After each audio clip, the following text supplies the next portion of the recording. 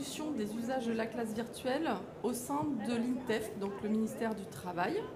Donc je suis accompagnée de Sophie Guillemin. Je vais laisser Sophie se présenter d'abord.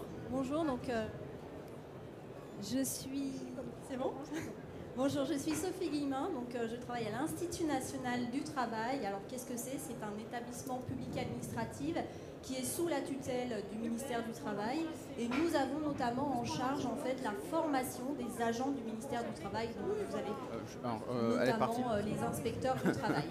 Donc moi je suis ingénieure pédagogique numérique depuis 6 ans au sein de l'INTEF et je suis chef de projet numérique.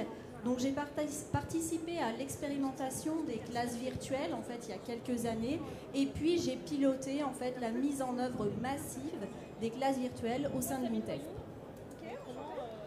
Alors pour ma part, je suis Cyril Redeau, chef de projet Digital Learning au sein de la société Classilio. Donc j'ai en charge la mise en place et le déploiement, l'accompagnement et le support technique auprès de nos clients, aussi bien sur la solution historique de classe virtuelle qui s'appelle VIA, et aussi maintenant sur le LMS qui s'appelle Lara. Donc on va vous présenter un petit peu l'univers de la classe virtuelle qui ne date pas d'aujourd'hui en réalité. Nous, on distribue la solution depuis 2008, mais c'est vrai qu'avec la pandémie, on a vécu une situation tout à fait inédite. Donc ce dont on se rend compte, c'est que longtemps, la classe virtuelle a été une modalité pédagogique secondaire, et aujourd'hui, c'est vraiment une modalité à part entière pour soit venir enrichir du présentiel, soit abonder les parcours blended learning, mais on se rend bien compte aussi que faire du tout distanciel, à un moment donné, on perd la relation humaine. Donc ça, c'est très très important aujourd'hui. La classe virtuelle, elle est flexible, elle est engageante, elle est humaine, elle est digitale, donc elle a séduit tous les acteurs de la formation professionnelle, tant les organismes de formation, mais aussi finalement l'utilisateur final, le stagiaire, l'apprenant, l'étudiant. Bravo, on utilise aussi la classe virtuelle, bien évidemment, pour plein d'autres choses que de la formation. Ça peut être aussi un entretien bilan de compétences, ça peut être un rendez-vous de tutorat, ça peut être aussi des réunions pédagogiques, commerciales. Donc ça a pris vraiment maintenant une ampleur dans l'écosystème de la formation et des relations interprofessionnelles. La classe virtuelle, elle va avoir cet attribut très intéressant, c'est qu'elle va répondre aux besoins sociaux des apprenants à partir du moment où on va laisser une place prégnante à la communication, c'est-à-dire que chacun puisse s'exprimer, puisse interagir, puisse questionner et puisse faire finalement un retour d'expérience ou un partage de connaissances entre pairs. Donc c'est très très important. Et on voit aussi l'évolution par rapport à nos clients, que la classe virtuelle n'est pas nécessairement qu'un outil de transmission de savoir, mais c'est aussi, comme je l'ai dit précédemment, vraiment un outil de suivi et de tutorat. De garder toujours la relation et l'humain au cœur de la formation professionnelle, c'est important. Donc l'idée, ça va être vraiment de créer une présence à distance et que cette présence soit vraiment perçue par l'utilisateur final. Alors évidemment, tous ces enjeux-là, l'objectif, c'est bien, en l'occurrence, de former, mais il faut bien entendre que les outils restent des moyens d'atteindre les objectifs. Et pour cela, on va voir avec Sophie, justement, qu'il faut aussi s'adapter à la fois au public et à la fois au contenu. Donc Sophie va maintenant nous parler des débuts de la classe virtuelle à l'INTEF. Alors la première expérience de classe virtuelle au sein de l'INTEF date de 2016. Donc à l'époque, au sein de l'INTEF, on a essentiellement que des formations en présentiel. Et à côté de ces formations en présentiel, on a une sorte de LMS qui permet aux stagiaires de récupérer des ressources à l'issue de leur formation. Et en 2016, on décide de se lancer dans de l'hybridation et on propose au sein de mon service une formation qui commence par une classe virtuelle. Donc quand on leur explique un petit peu le scénario pédagogique qu'on a imaginé, là c'est la douche froide un peu pour nous, parce que aussi bien les collègues que les formateurs nous disent ça ne fonctionnera pas. Les gens ne se connaissent pas, ils ne vont pas vouloir se connecter à votre classe et ça sera un flop. On arrive quand même à les convaincre, on dit allez, on va vous trouver des stagiaires, on sera là pour vous accompagner et on fera une classe virtuelle de 40 minutes. Et là, énorme succès, c'est-à-dire qu'on remplit la classe Et la classe virtuelle ne fait pas 40 minutes, mais 1h30. Les gens ne se déconnectent pas et sont très contents de découvrir cette nouvelle modalité pédagogique. Alors pourquoi? Parce que c'est nouveau et ils peuvent interagir différemment avec les formateurs. Alors là, c'est vrai qu'en plus, on a eu des formatrices qui ont vraiment, même si elles étaient réticentes, elles ont dit « Ok, on y va ». Elles ont pris le temps de se former à l'outil et à vraiment animer la classe. Donc là, ça a vraiment été quelque chose de positif. Et c'est le début de l'aventure en fait, des classes virtuelles au sein de l'Institut national. Donc à la suite de cette première mise en place, Sophie, les usages ont évolué. Donc par quel biais, par quelle expérience notamment? Alors tout à fait. Alors on avait cette formation qui est restée dans ce cadre-là avec un début de formation qui commence en classe virtuelle. Et en 2019, on décide de mettre en place en fait une formation sur à peu près 8 semaines qui comporte 8 modules e-learning et qui est entrecoupé à chaque issue de module e-learning d'une classe virtuelle. Donc c'est sur le droit au travail, en fait, une initiation au droit du travail.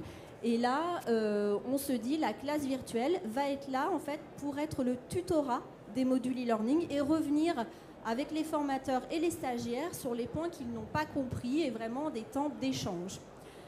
Alors, on l'avait imaginé comme ça ne s'est pas passé comme ça. Pourquoi?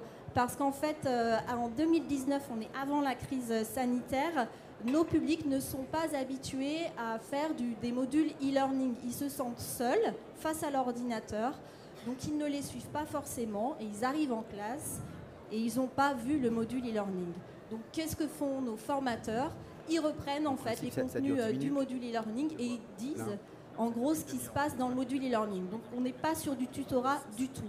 Donc qu'est-ce qu'on a fait pour pallier cette difficulté? En fait, on a eu la crise sanitaire qui a montré que voilà, qui a donné beaucoup plus de place au module e-learning. Et puis on a aussi le télétravail qui chez nous n'était pas en place, a été mis en place. Et donc on a préconisé aux agents qui suivaient les formations hybrides de le faire dans le cadre de leur journée en télétravail. Pourquoi? Parce que quand ils sont en poste, ils sont fréquemment dérangés en fait. Et on n'est pas dans une culture de je me forme sur mon poste de travail. Quand on est là pour répondre aux collègues, au public, etc. Donc c'est vrai que le fait que le télétravail explose, ça a permis de recadrer cet élément-là. Et puis, on s'est rendu compte qu'on avait besoin de former aussi nos agents aux outils, notamment aux classes virtuelles, pour qu'ils puissent le prendre en main et mieux l'appréhender.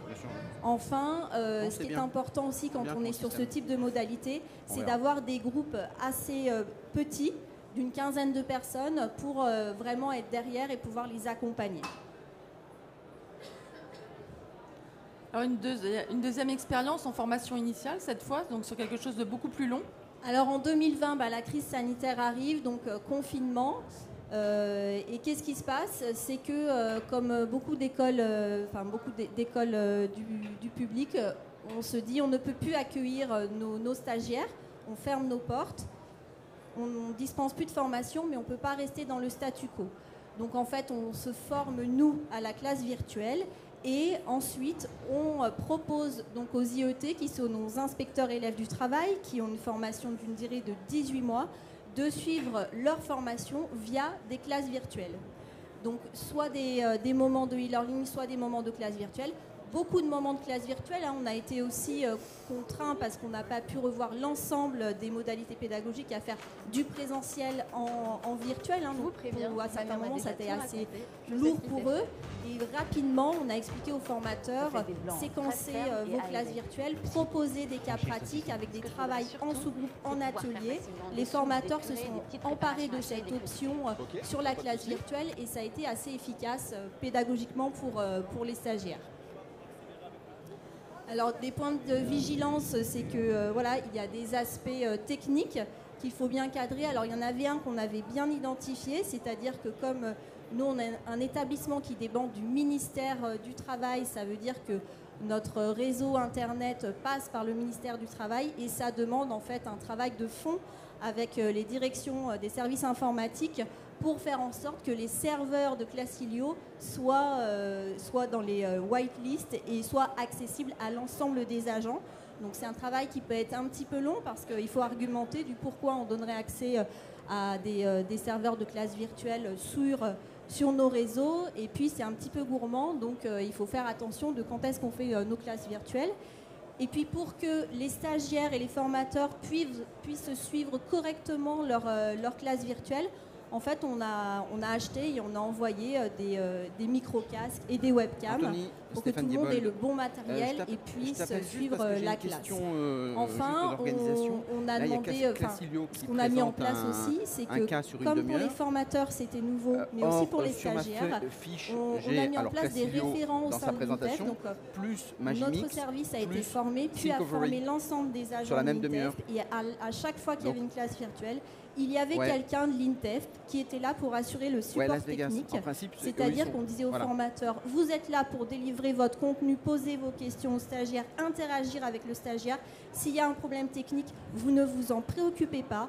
On est là pour ça, concentrez-vous sur le contenu. Il a vraiment fallu les accompagner parce que c'est beaucoup de nouveautés, aussi bien au niveau des formateurs que des stagiaires. Alors, pour répondre sur l'aspect pandémie et cette opportunité finalement de se mettre en classe virtuelle, on reviendra après sur les temps et tout ça. Il y a quand même aujourd'hui une acculturation de ces outils-là. Et sur le plan national, donc en France, je vais vous donner quelques valeurs chiffrées. On a 89% des RH français qui ont adapté leur offre de formation. 58% qui ont mis en place des modalités à distance en ligne, donc c'est 16 points de plus que en 2021 par rapport à 2020. Et on a 48% des dispositifs mixtes en France qui comprennent des sessions présentielles quand c'est opportun et à distance. Et on a 69% aujourd'hui qui privilégient la classe virtuelle. Donc on se rend compte que c'est quelque chose qui était inédit, qui maintenant va finalement être pérenne dans le temps. Et ça va venir aussi alimenter les usages des chiffres, des usages en classe virtuelle à l'INTEF. Donc là, on est sur du 2019 à 2022 et vous voyez les pics et on va à un moment donné être à l'INTEF jusqu'à 950 classes par mois. Donc pour piloter ces classes-là, l'INTEF en fait a formé 207 personnes.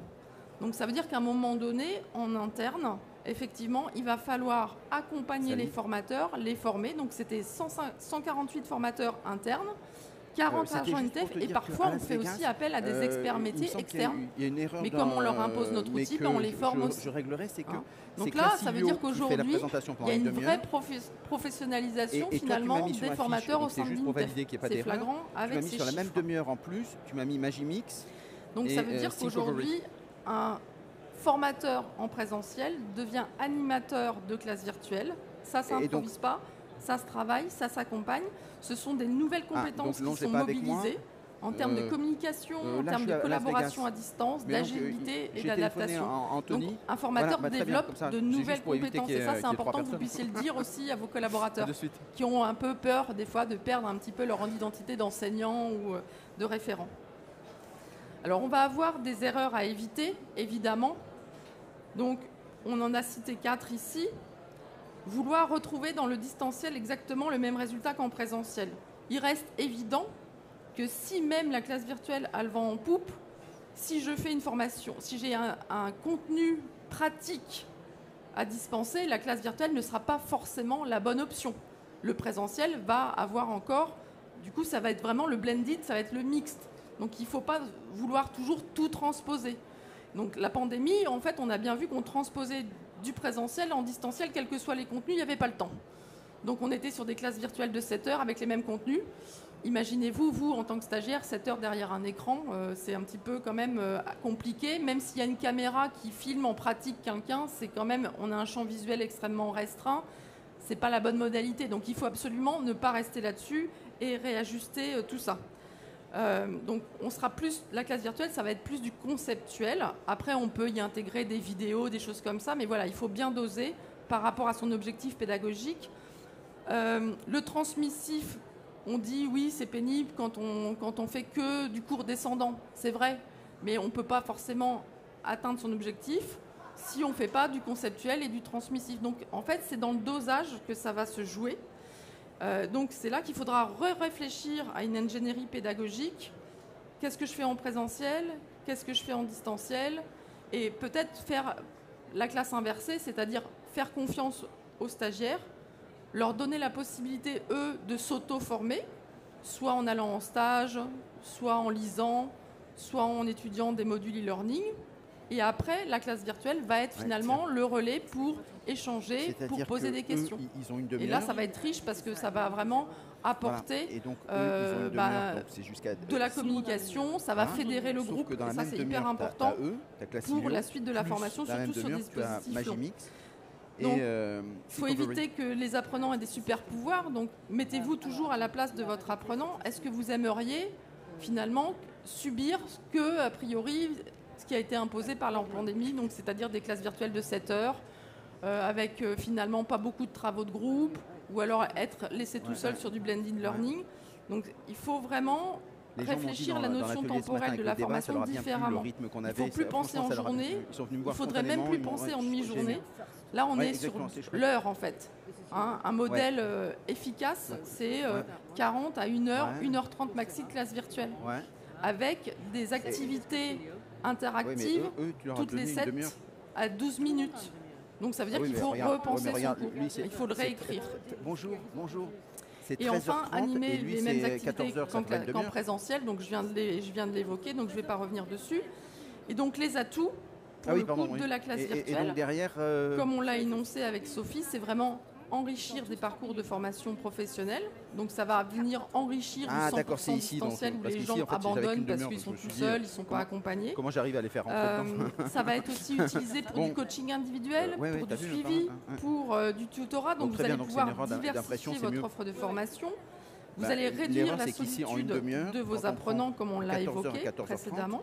En fait, et vous allez instaurer une synergie au sein du groupe, mais aussi auprès des collaborateurs. C'est vraiment une osmose qui va se créer finalement entre l'équipe formative et les apprenants. C'est Las Vegas.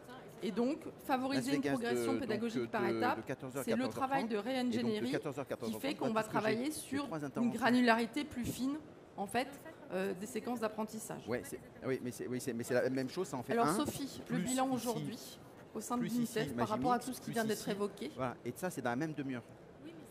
Alors aujourd'hui, en fait, la classe virtuelle, c'est vraiment une modalité pédagogique parmi d'autres. Elle est devenue incontournable. On ne fait pas que du distanciel et on ne passe pas que par la classe virtuelle, mais on l'utilise en fonction des parcours qui le nécessitent. Si on a des intervenants qui sont trop loin, si on a des apprenants qui ont une difficulté ou une autre.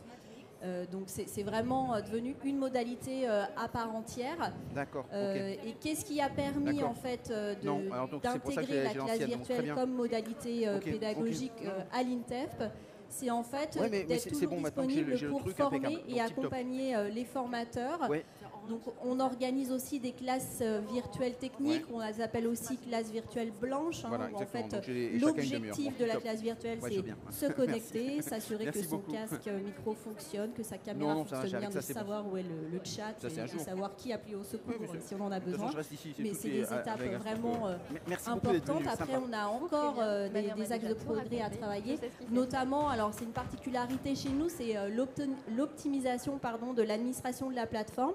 Parce qu'on est une quarantaine d'agents à administrer la plateforme de classe virtuelle. Donc on est une quarantaine d'agents à pouvoir créer des activités. Donc il faut qu'on se mette bien d'accord sur qu'est-ce qu'on crée et quand est-ce qu'on les supprime. Sinon c'est un petit peu le bazar. Et aujourd'hui c'est un petit peu le bazar, ça ne se voit pas. Sauf chez Classilio. L'idée aussi, c'est d'intégrer en fait un plugin à notre LMS. Donc on est sur du Moodle chez nous et l'idée c'est de passer par notre LMS et d'appeler la classe virtuelle directement via le LMS. Je suis l'animateur. Comme ça, en fait, le stagiaire, il se connecte une fois à notre LMS et c'est tout. Il est dans son cours et il accède à sa classe virtuelle sans avoir besoin à se reconnecter par ailleurs. Donc ça, c'est un élément de simplification qui est vraiment très important pour nous parce qu'on est sur des publics qui ont des dizaines de logins différents pour se connecter à différents applicatifs. Donc voilà, il y a un véritable enjeu. Et puis l'idée aussi, c'est de rappeler très régulièrement, comme l'a dit Cyril tout à l'heure, que animer une classe virtuelle, c'est très important. On ne fait pas du transmittif et il faut vraiment interpeller et échanger pour avoir une classe virtuelle interactive. Alors les objectifs à venir ? Alors en fait, c'est comme je vous le disais, hein, de permettre aux stagiaires de se connecter à un seul environnement pour lui simplifier la vie. Ça, c'est vraiment très important pour nous aujourd'hui. Ça va être également de présenter la nouvelle version à nos collaborateurs. Nous, on est toujours sur la version avec l'application qui se télécharge, donc on veut vraiment changer de version, mais voilà, ça se fait en coordination avec l'ensemble des équipes. Il faut que ça tombe à un moment opportun. La nouvelle version, pour information, c'est une nouvelle version en mode SaaS. Donc ça va beaucoup faciliter forcément l'accès et il y a une meilleure gestion des périphériques. Donc l'esprit de l'outil est toujours le même. Un formateur qui aura été formateur en classe virtuelle avec l'ancien outil pourra s'acculturer avec le nouveau. Ça demande une petite adaptation de 2 heures à peu près, mais il faut que ça se fasse à un moment stratégique. Changement de groupe, ou nouvelle promo qui arrive, ou vacances pour former les gens. Et ça va être bien évidemment de continuer à accompagner les équipes au changement. Donc aujourd'hui, on est toujours sur un rythme de sensibilisation à l'outil, de formation de 2 heures tous les 15 jours. Donc le vendredi après-midi, tous les 15 jours, on accueille les formateurs et les nouveaux arrivants qui souhaitent découvrir cette solution pour qu'ils puissent la prendre en main. Et en général, on répond aux questions pédagogiques si on a, parce qu'on est ingénieur pédagogique, donc on est en capacité de répondre à l'ensemble des questions. Et en fait, le lundi suivant, on leur propose de participer à un atelier en autonomie le lundi matin. Donc on leur ouvre une classe virtuelle et ils vont tester l'outil un petit peu comme ils le souhaitent pour voir ce qu'ils pourraient expérimenter. Et bien évidemment, on est à leur disposition s'ils ont des questions. On vient dans la salle et on essaye de réfléchir avec eux, de les débloquer sur un petit souci technique s'il y a quelque chose qui se souviennent plus. Mais voilà, on favorise vraiment la pratique en fait de nos formateurs. Voilà. Donc ça, c'est très très important. Après, là, c'est vraiment effectivement quelque chose qui est assez rare finalement chez nos clients.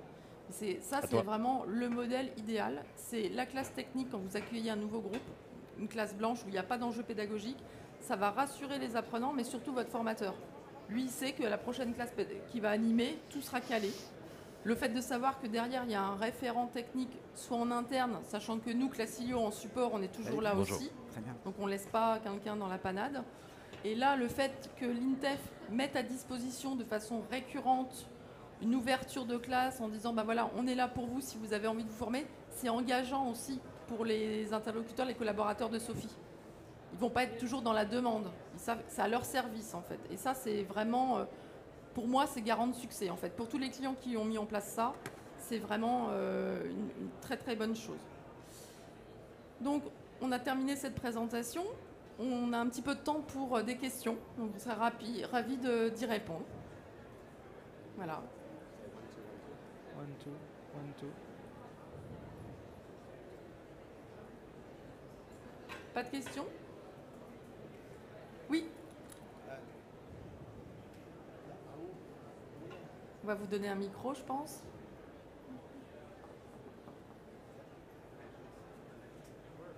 Ah. Oui, à la limite.